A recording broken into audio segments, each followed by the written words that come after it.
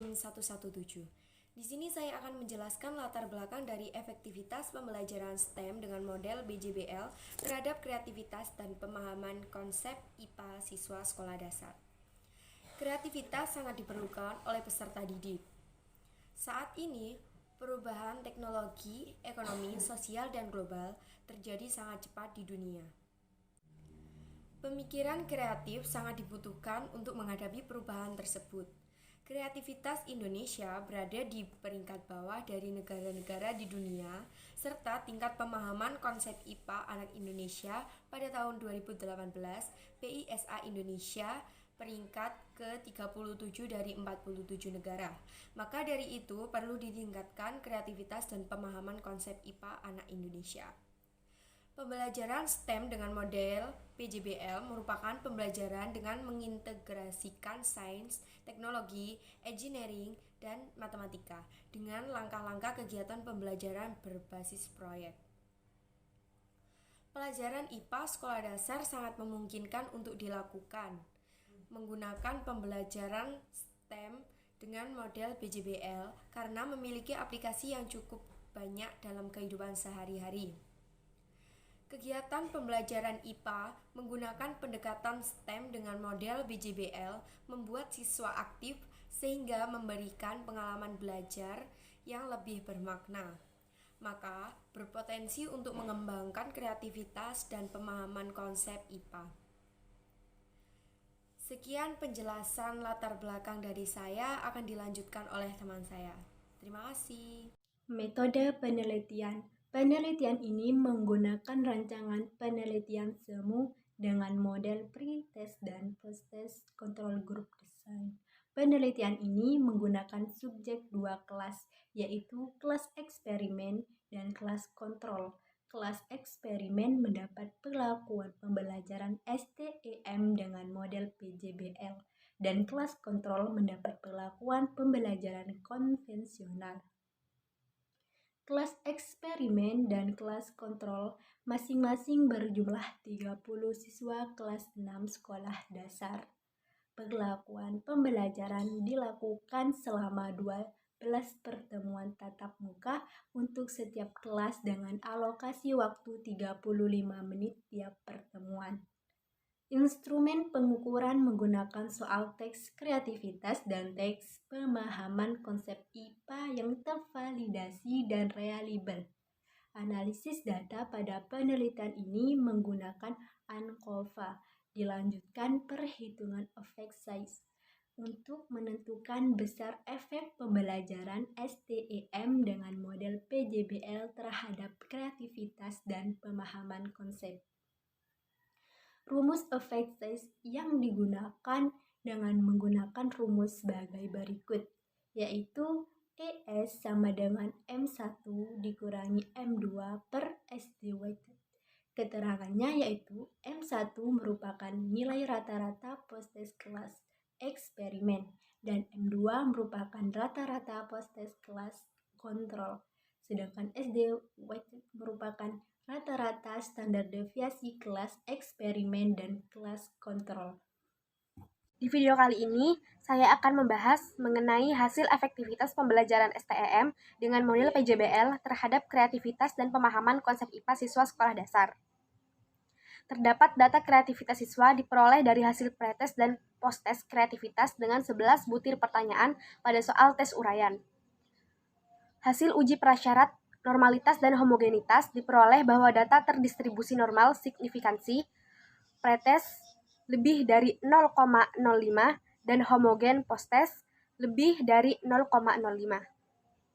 Selanjutnya, analisis data dilakukan menggunakan one-way ANCOVA serta effect size untuk mengetahui perbedaan pengaruh pembelajaran pada kedua kelas. Uji normalitas menggunakan IBM SPSS Statistics 26 for Windows, Kolmogorov-Smirnov, dan homogenitas menggunakan Levene-test serta hasil analisis data one-way ANCOVA.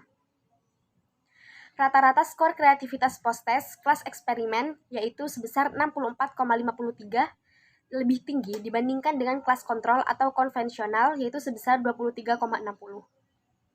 Selanjutnya, data dianalisis dengan menggunakan uji one-way ANCOVA.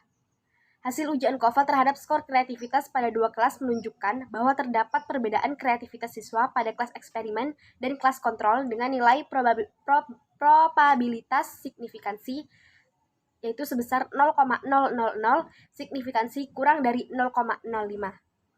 Ini berarti ada perbedaan pemahaman konsep pada siswa antara kelas eksperimen dengan kelas kontrol. Hasil perhitungan uji efek size terhadap kreativitas sebesar 1,81 dengan kategori besar.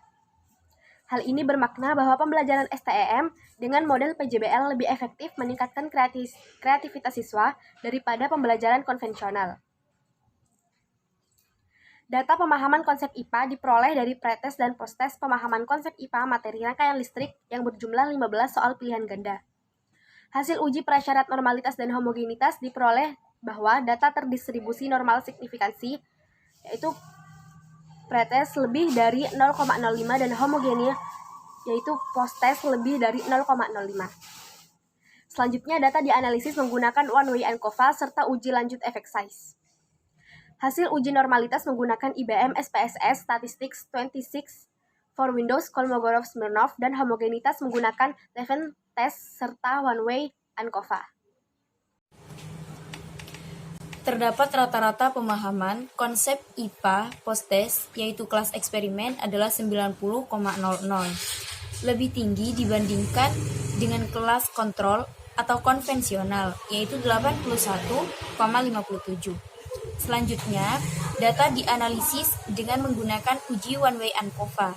Hasil uji ANKOVA terdapat skor kreativitas pada dua kelas itu menunjukkan bahwa terdapat perbedaan pemahaman konsep IPA siswa pada kelas eksperimen dan kelas kontrol dengan nilai probabilitas signifikansi yaitu 0,000 atau signifikansi kurang dari 0,05. Berarti ada perbedaan pemahaman konsep pada siswa antara kelas eksperimen dengan kelas kontrol. Hasil perhitungan uji efek size terhadap kreativitas yaitu sebesar 1,09 dengan kategori besar. Hal ini bermakna bahwa pembelajaran STEM dengan model PJBL lebih efektif meningkatkan pemahaman konsep IPA siswa terhadap pembelajaran konvensional. Pembahasan efektivitas pembelajaran STM dengan model PJBL terhadap kreativitas siswa. Adanya efektivitas terhadap kreativitas siswa pada kelas yang dibelajarkan pembelajaran STM dalam model PJBL dengan konvensional disebabkan pembelajaran STM dengan model PJBL dirancang mengasah ide-ide kreatif siswa dalam setiap langkah-langkah pembelajaran. Pembelajaran STM dengan model PJBL mengintegrasikan sains, teknologi, engineering, dan matematika dengan penyajian kegiatan peserta didik sesuai dengan langkah project-based learning dari The Growth Logos Education Foundation dan Doplet dengan langkah-langkah pembelajaran berdasarkan beberapa fase sebagai berikut. 1. Penentuan pernyataan mendasar. 2. Menyusun perencanaan. 3. Menyusun jadwal. 4. Memantau siswa dan kemajuan proyek. 5. Penilaian hasil. 6. Evaluasi pengalaman. Pada tahap penentuan pernyataan mendasar, siswa sudah diberi stimulus untuk kreatif membuat sejumlah pertanyaan dan menjawab pertanyaan. Pada tahap perencanaan proyek, siswa berdiskusi untuk menghasilkan rancangan terbaik mereka dalam memecahkan tantangan.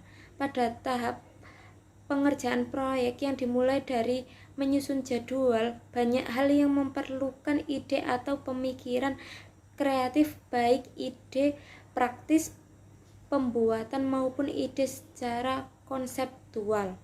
Proses pengerjaan proyek pasti memenuhi kendala yang perlu pemikiran kreatif untuk menyelesaikannya. Tahap penilaian hasil dilakukan dengan menguji hasil proyek siswa sesuai kriteria yang ditetapkan awal. Evaluasi pengalaman dilakukan dengan merefleksi kegiatan yang telah dilakukan siswa mulai dari awal hingga akhir penilaian proyek.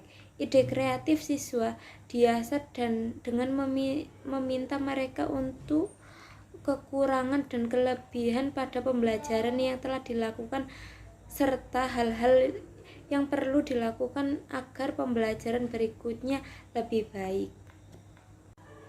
Kreativitas dirangsang dengan pembelajaran yang memberikan kesempatan pada siswa aktif untuk mencoba mencari informasi, menginterpretasi pengetahuan dari masalah yang ada di lingkungan sekitar. Hasil penelitian sebelumnya menyatakan bahwa pembelajaran STM dengan desain based learning dapat meningkatkan kreativitas siswa. Pembahasan efektivitas pembelajaran STEM dengan model PJBL terhadap pemahaman konsep IPA siswa. Tabel 4 menunjukkan bahwa siswa pada kedua kelas mengalami peningkatan pemahaman konsep IPA setelah proses pembelajaran. Skor rata-rata post-test pemahaman konsep IPA siswa pada kelas yang dibelajarkan pembelajaran STEM dengan model PJBL lebih tinggi dibandingkan post-test pada kelas konvensional. Hal ini didukung oleh hasil uji efek size sebesar 1,09 berkategori besar. Pada kelas kontrol yang dibelajarkan dengan pembelajaran konvensional kurang mengaktifkan siswa dalam proses berpikir membangun pengetahuan. Guru mendominasi pembelajaran dengan memberikan pengetahuan secara langsung melalui metode ceramah dengan menunjukkan alat peraga disertai tanya jawab. Hal ini menjadikan siswa cenderung menghafal konsep yang diberikan guru dan kurang ada kesempatan yang luas bagi siswa untuk membangun konsep bermakna. Sebaliknya, pada pembelajaran STEM dengan model PJBL teruji efektif dalam meningkatkan pemahaman konsep IPA. Pembelajaran dengan situasi demikian menerapkan teori belajar konstruktivisme yang mempromosikan perolehan pengetahuan melalui proses konstruktif sehingga lebih bermakna. Perolehan pengetahuan atau pemahaman konsep dengan proses pembelajaran semakin akan lebih kuat tersimpan pada diri siswa. Dengan demikian, pembelajaran STEM dengan model PJBL teruji lebih efektif terhadap peningkatan pemahaman konsep IPA siswa sekolah dasar.